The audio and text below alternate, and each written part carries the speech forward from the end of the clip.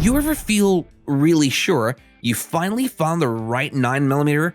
You check the blogs, listen to every loudmouth at the range, hand over your money thinking, this time I nailed it. And then a month later, that same can't-miss pistol is jamming in your hand or collecting dust while your buddies pass around some ugly sleeper you ignored. That's how 2026 started for me. Losing money, losing patience, and getting burned by every list that claimed to have all the answers.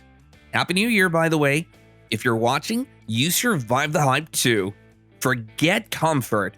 This year, playing it safe means getting blindsided by price spikes, market flops, or a so-called legend that falls apart when things get dirty. These picks, every one of them put up a fight. Some made me regret ever doubting them. One nearly emptied my wallet. And number one, it isn't just another safe choice. It's the gun that flipped every assumption I had about what makes 9mm worth owning. Stick around, because the last one will leave you questioning everything you thought you ever knew.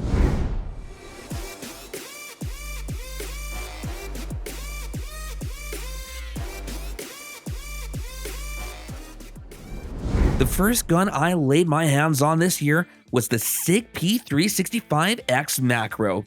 Funny thing, new year, new hope, but all I felt was that familiar knot of doubt running my thumb over the frame and counting 17 rounds plus 1 in the chamber.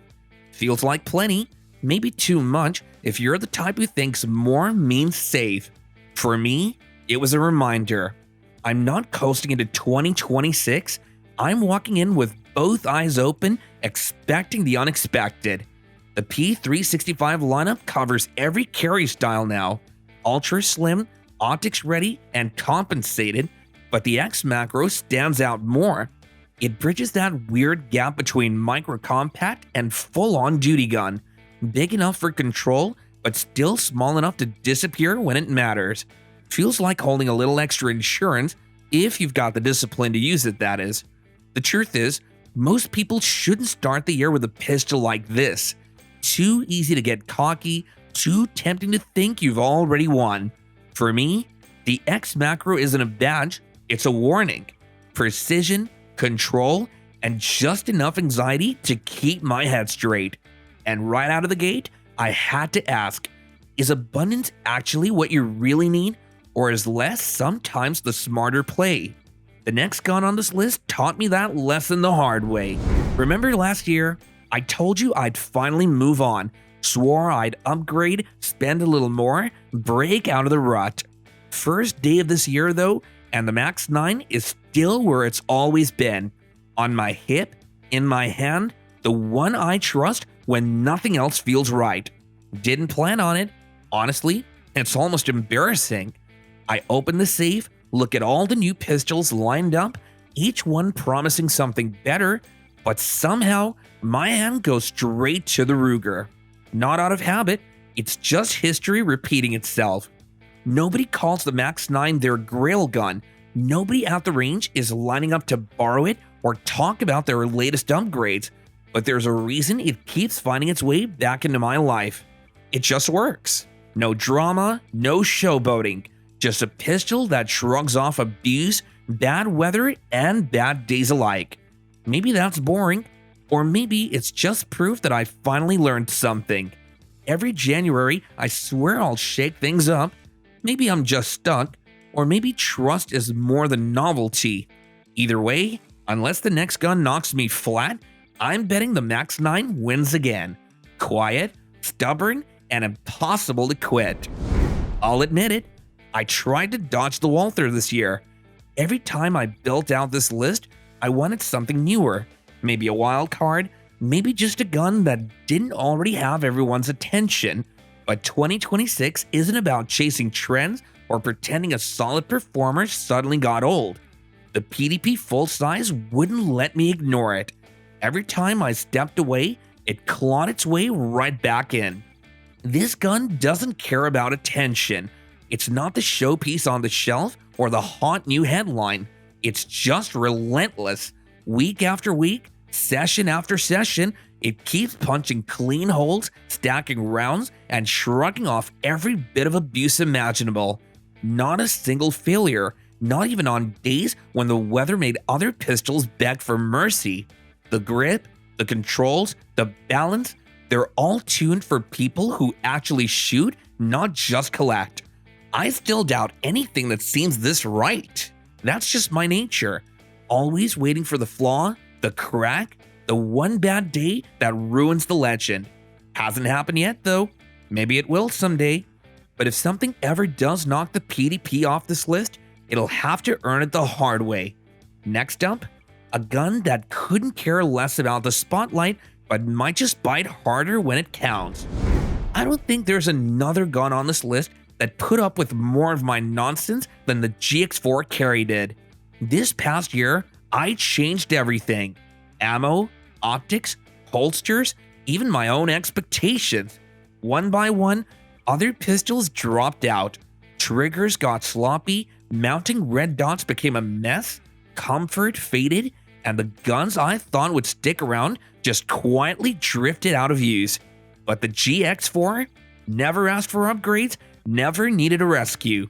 It just kept doing the job.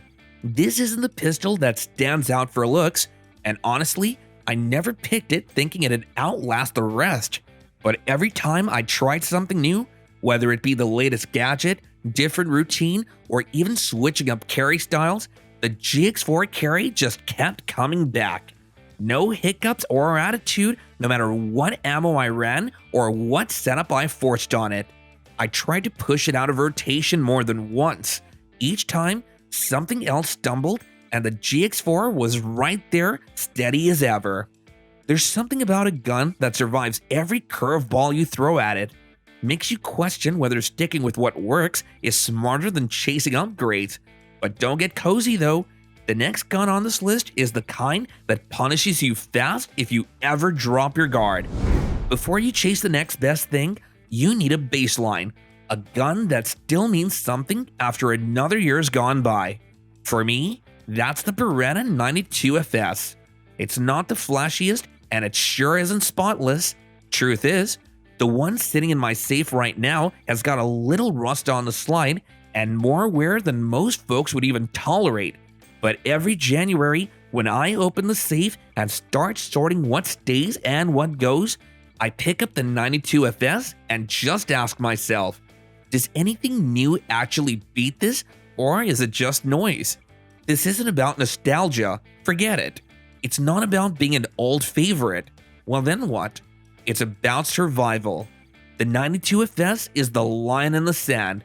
If it still works after all these years, after careless storage, after getting banged around and half forgotten, then it's certainly earned its place. Every modern pistol that claims to be better, it's gotta clear this bar.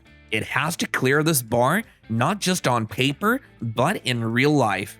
If this gun keeps running, flaws and all, then only something truly exceptional deserves my money in 2026. And the next gun on the list? It's gunning straight for that crown because standards are getting higher every year. The last gun I shot in 2025 wasn't something special on paper. It was the Dagger Micro. Last day of the year, the local range mostly empty, that cold Texas wind blowing through. I didn't show up expecting much. Honestly, I was cleaning out the safe, burning through old ammo, half thinking about what to retire and what to keep. I tossed the dagger in my bag as an afterthought, figuring it'd be just another budget gun session, one last chance before maybe selling it off for something shinier. The thing is, it wouldn't give me an excuse. I ran every mag I had, cheap steel, old hollow points, stuff that made other guns stumble. The dagger, however, just ran without any drama or surprises and not even asking for attention. Wasn't flashy or fancy, but it handled everything. Outshot a pricier pistol I brought along for comparison and didn't give me a single reason to pull it from rotation. I finished that session, just me and the dagger in the quiet, and realized I was still turning it over in my hand, not ready to let it go. Sometimes the last shot of the year echoes a lot longer than you expect. Starting 2026, I'm still thinking about that gun, and I'm starting to think the old rules for best don't mean what they used to. By the time December rolls around, all the hype, launches, and leaks fade out. That's when you stop chasing what's next and just shoot. My end of the year range trip was nothing special.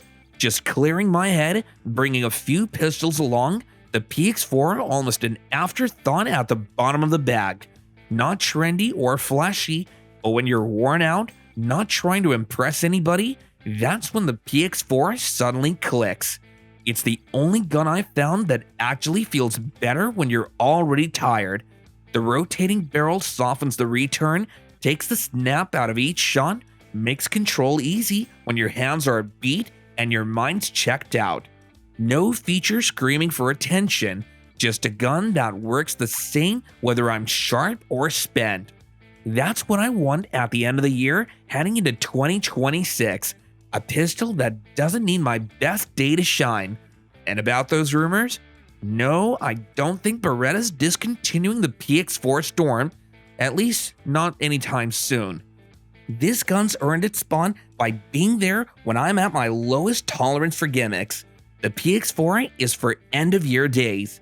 The next pick made me rethink what control in a carry gun really means. Some guns fade away as the hype cools, but the CZ Shadow 2 carry is stubborn about relevance. As the year flips, you see gun trends start looking old, models that were hyped to death last January already discounted, forgotten, or replaced by something shinier. The Shadow 2 carry isn't interested in any of that. Its craze right now is exactly what it was a year ago: steady, real, and deserved. I see it at the range, still getting borrowed, still turning heads among shooters who don't care about hashtags or launch dates. I've watched other pistols fade after their moment passed, but the Shadow 2 carry just keeps working its way into conversations and holsters. It isn't about new features or even desperate updates. It's about putting rounds where they count, session after session, year after year. I've picked up plenty of pistols that felt great for a month and then started to gather dust. The Shadow 2 carry is the opposite of that. Every time I shoot it, it just feels as right, maybe more so than the first range trip. Some guns age badly, but this one gets sharper with time. In 2026, it's not just relevant, it's still leading the pack. I never brought up the CC9 much on the channel. Honestly, I kept it quiet on purpose. The HK CC9 isn't loud or flashy. It's the kind of pistol you want to keep out of the conversation because once the word gets out, you know it's over. What made it stand out for me wasn't specs or style, just this quiet confidence that it would do the job if you needed it. No complications, no constant thinking about it. For 2026, it's one of the best because it just fits real carry. The grip sits right in the hand, the trigger's always consistent, and you don't get those annoying little surprises that other pistols throw at you over time. It doesn't care about being the skinniest or turning heads at the shop. It's a tool you trust and not a trophy. Now, the secret is out. The balloons finally burst.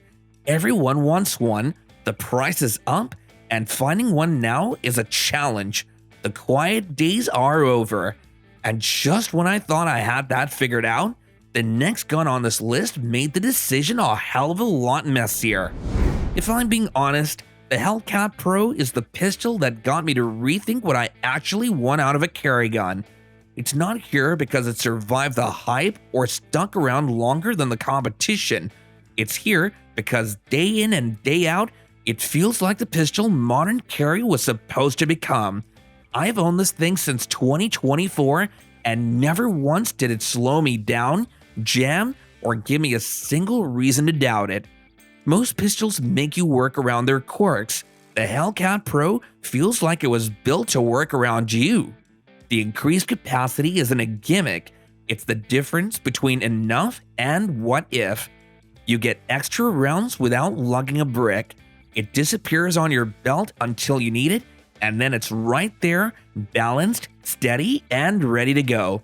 The trigger is crisp, the controls feel right, and no matter the weather or what I'm wearing, it just adapts, zero fuss. What seals it for me is the way this gun looks and feels. The finish is premium, the lines are clean, and even after years of carrying it, it's still cool and modern. If you want a pistol that makes you forget about the rest, then this is it. I've got a friend who works for the Harris County Sheriff's Office out in Texas. Last month, he pulled me aside and let something slip. Nothing special, just one of those conversations when you realize something big is changing. Turns out, his department just signed the papers with FN, and starting this year, they're rolling out the FN 509 Tactical as the new duty sidearm. Not a rumor, not a test batch, the real deal. They're betting on this pistol to keep their deputies covered through 2026 and beyond. It hit different hearing that from him. I always respected the 509 Tactical, but maybe thought it was more gun than most people needed. Built tough, maybe even overbuilt. But when a department with real lives on the line finally makes a switch, it makes you stop and reconsider what actually matters. They spent years testing and arguing before finally landing here. There's no marketing in a choice like that, just cold, real trust. The FN 509 Tactical isn't here for bragging rights or some Instagram photo. It's here because when backup isn't guaranteed and the risk is real, this is the pistol that earned its place on the belt. For 26, that says everything I need to know. But I'll tell you this, if you think police contracts are the end of the story, the next gun on this list turned that logic upside down for me. Last year's November, Glock pulled the plug on the Gen 5 model, a move that had a lot of people scrambling. Shelves emptied fast, and for a while, it felt like everyone was on the hunt for whatever came next. Then the V series arrived. I'll be straight now, most folks were expecting just another rebrand or a few tweaks to keep up with new regulations, and to be fair, the V series isn't some radical redesign. The truth is, most of the changes are internal. Slide cover plate, firing pin, safety components, all updated to meet compliance standards and keep things locked down. Out in the real world, the V series still feels and runs like a Glock 19 should. Simple, bomb-proof, and predictable. If you like Gen 5, you'll feel right at home here. Why is it a best pick for 2026, you ask? Because the Glock 19 still does exactly what you need, and the V series means the legend isn't going anywhere. If you were holding out or worried the Gen 5 era was over, don't sweat it. The next chapter is already on shelves. But as much as Glock's legend keeps growing, it's the #1 pick on the list that actually blew up everything I thought I knew about what makes a 9mm great. And that's where things get real. Let's cut the crap now. The M&P 9 2.0 Compact isn't here to make friends, sell hype, or feed your nostalgia. It's #1 because nothing else this year did the job this well, this often, with this little drama. I didn't pick it to be different. I picked it because after burning through over 1,500 rounds, cheap, dirty, premium, you name it, not a single excuse left. No failures, no hidden flaws, no but it's picky with this ammo nonsense. Every other gun tried to trip me up. Mushy triggers, controls that bite, internals that feel like toys, or customer service that's just a dead phone line. Smith & Wesson though, you call, you get answers. Problems? They fix it fast. No runaround, no script. The size is right. It carries easy, shoots flat, and doesn't punish you for running it hard. The grip's not just nice, it's made for people who don't have time for adjustments or hope. This gun never asked me to compromise, not even once. In 2026, if you're still making excuses for your pistol, that's on you, not the gun. But if you really think the list stops here, you haven't seen the bonus picks. Some of the wildest surprises didn't even make the main countdown. I wanted to love the MR920. On paper, it's the Glock everyone says they wish Glock would build. Slick slide cuts, custom grip, optics ready, the whole menu. The first time I held it, I figured it'd instantly replace everything else, but it's funny how too many options can slow you down. All that customization, triggers, mag weld, sights, made me rethink what carry ready really means. Every upgrade was impressive, but sometimes it just felt busy. Here's the twist. Once I got past all the bells and whistles, the MR920 actually ran great. Accurate, reliable, genuinely clever design. No drama on the range, no break-in period, but when the dust settled, it was the simplicity and trust of my top picks that kept me reaching for them daily. If you want custom feel and pure personality, the MR920 is a wild ride. For me, it's a bonus. Not the main act, but a damn good runner-up. The Staccato XL is pure luxury. Trigger like glass, slide that feels hand-fitted, accuracy that almost feels unfair. Every time I pull the trigger, it's a reminder that some engineers still care about doing things right. On the range, it's smooth as silk, flat shooting, and impossible to fluster. But here's the truth. Perfection like this comes at a price. Not just the sticker shock, but the size, the weight, and the reality that you'll never really want to scratch it, let alone trust it as your daily. It's not a gun you carry. It's a gun you brag about, maybe even show off to friends who won't ever own one. The XL is flawless in ways most shooters never actually need. That's why it's a bonus and not a top pick. For those moments you want to see what top tier really means, it's the king. But for real world 2026, it's a thrill, just, well, not an essential. Maybe you're nodding along, or maybe you're pissed. Either way, that means you actually care. If your favorite didn't make the list, I want to hear it. Real stories only, no internet hype. Tell me about the gun that saved your hide, or the one that made you swear off a brand for good. This is your boy Steve, and I'm still second guessing half these picks myself. One thing's certain though, the only gun that matters is the one that doesn't quit when things get ugly and nobody's watching. Everything else is just showroom bait and future regret. So before you buy, brag, or blast me in the comments, ask yourself, do you want comfort or do you want something that actually works? Next time, I'll be naming the handguns I wish I never sold, and those stories won't end pretty, I can tell you right now. Don't relax though, 2026 is just getting started.